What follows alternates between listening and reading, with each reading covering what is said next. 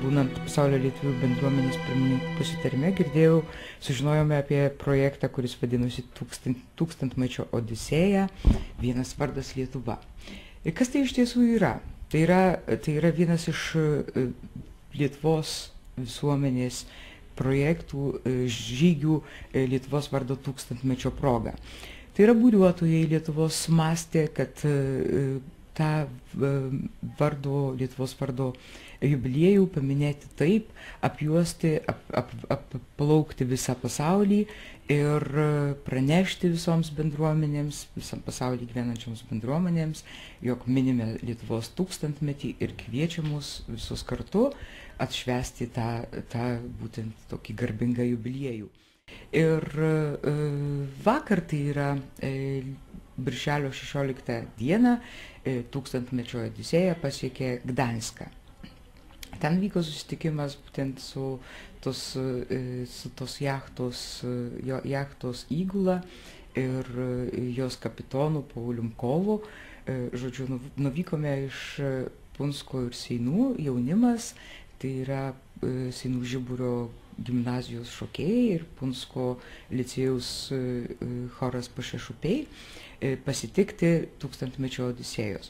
Renginys buvo pasakiškai gražus ir iš tikrųjų tas mūsų jaunimas su tautiniais drabužiais, su skambia lietuviška daina, aš manau, kad padarė labai didelį įspūdį ir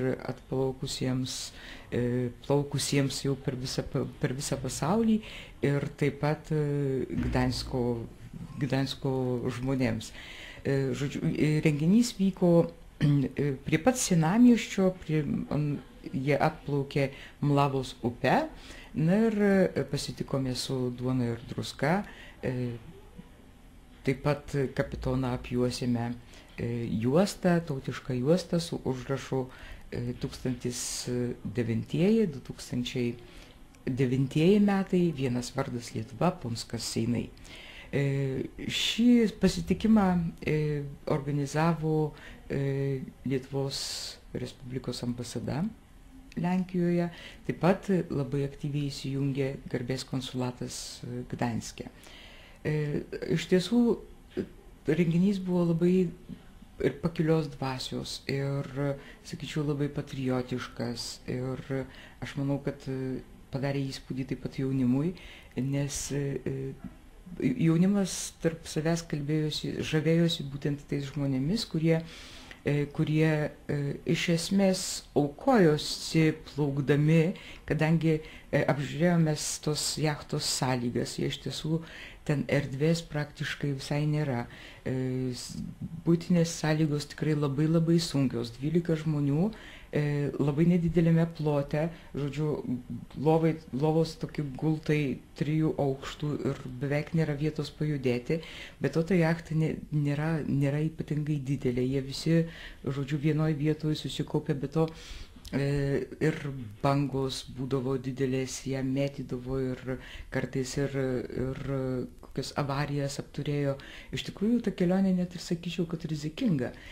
Tačiau visų pirma, žavu tai, kad jie su užrašu vienas vardas Lietuva nešė tą tokią lyg ir šventą žinią visai pasaulio lietuvių bendruomeniai, lyg ir kaip sujungdama visus vienu tikslu. Savo kelionę jie baigs Liepos 5 dieną, tai yra Mindaugo karūnavimo dienos išvakarėse, ir pabaigai savo būtent kelionės jie kviečia visus pasaulio lietuvius apjuosti visą pasaulį tautišką giesmę. Tai yra, kalbant taip jau paprastai ir aiškiai, tai yra Liepos 5 dieną, 9 valandą vakaro Lietuvos laiku bus giedamas Lietuvos himnas visam pasaulyje.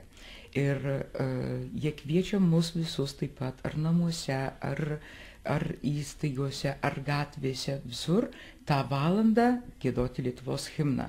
Dar kartą sakau, tai yra Liepos 5 dieną, 21 valandą Lietuvos laiku, mūsų laiko būtų tai 20 valanda. Iš tikrųjų, prisijunkim prie šitos idėjos ir būtent tą valandą visi giedokime Lietuvos tautišką giesmę. Galbūt tą giedojimą kažkaip dar pamąstysim ir suorganizuosim kaip nors bendrai, pasitarsim dar iš tikrųjų, kaip tą padaryti, ar čia kiekvienas privačiai namuose, ar padarysim kur nors kokį susirinkimą, suėjimą bendrą sugiedoti, dar pamąstysim apie tai. Tačiau labai didelis prašymas visus prisijungti ir tai, kaip pati įgula, kaip kapitonas minėjo, tai bus nematytas dalykas pasaulyje, kad tą pačią valandą, tą pačią minutę viso pasaulio žmonės giedotų savo valstybės himną.